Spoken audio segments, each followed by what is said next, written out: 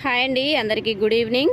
చూడండి, మా ఇంటి మీద డాబా మీద అయితే ఇలా వాక్కాయ చెట్టు వేసాము. ఈ చెట్టు వేసేసి 2 సంవత్సరాలు అయితే కంప్లీట్ అయిపోయింది. అయినా సరే దీనికి కాయ అనేది కాయట్లేదు. ఇది ఎప్పుడు కాస్తుందో ఏమో తెలియదు.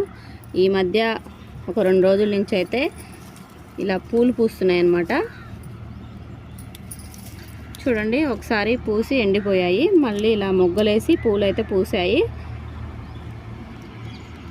ఈ చెట్టు ఎన్ని సంవత్సరాలకి కాయ కాస్తుందో వాక్కాయలు కామెంట్ చేయండి ఎవరికైనా తెలిస్తే. చూడండి ఎంత పెద్దగా ఎదిగిందో.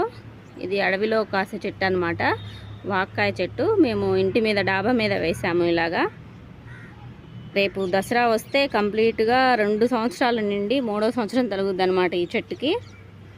దసరాకి వేసాము, మళ్ళీ దసరా వస్తే కంప్లీట్గా 2 సంవత్సరాల నుండి 3వ సంవత్సరం అన్నమాట.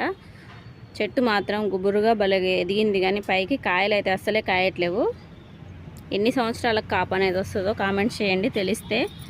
చూడండి ఎంత పెద్దగా ఎదిగిపోయిందో, పై దాకా వచ్చేసింది మంచిగా, కానీ కాయలు అయితే కాయట్లేవు. ఈ మధ్యనే ఒక 2 రోజుల నుంచి ఇలా పూత అనేది వచ్చిందనమాట, వైట్ కలర్లో. ఇవేమో ఎండిపోయాయి పూసి. ఇలా మొగ్గలు కూడా ఉన్నాయి, చూసారా? ఇవేం మొగ్గలు, ఇవేం పూలు పూసాయి. చూడాలి, వెయిట్ చేయాలి ఎన్ని సంవత్సరాలకి కాయ కాస్తుందో.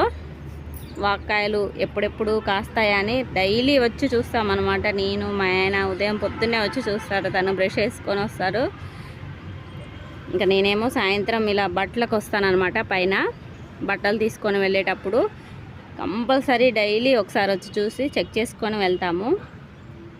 చూడండి, ఆల్రెడీ ఒకసారి వీడియో పెట్టానన్నమాట, అప్పుడు కొంచెమే ఉంది చెట్టు. ఇప్పుడేమో చూడండి వాటర్ ట్యాంకీ లెవెల్లో వచ్చేసింది.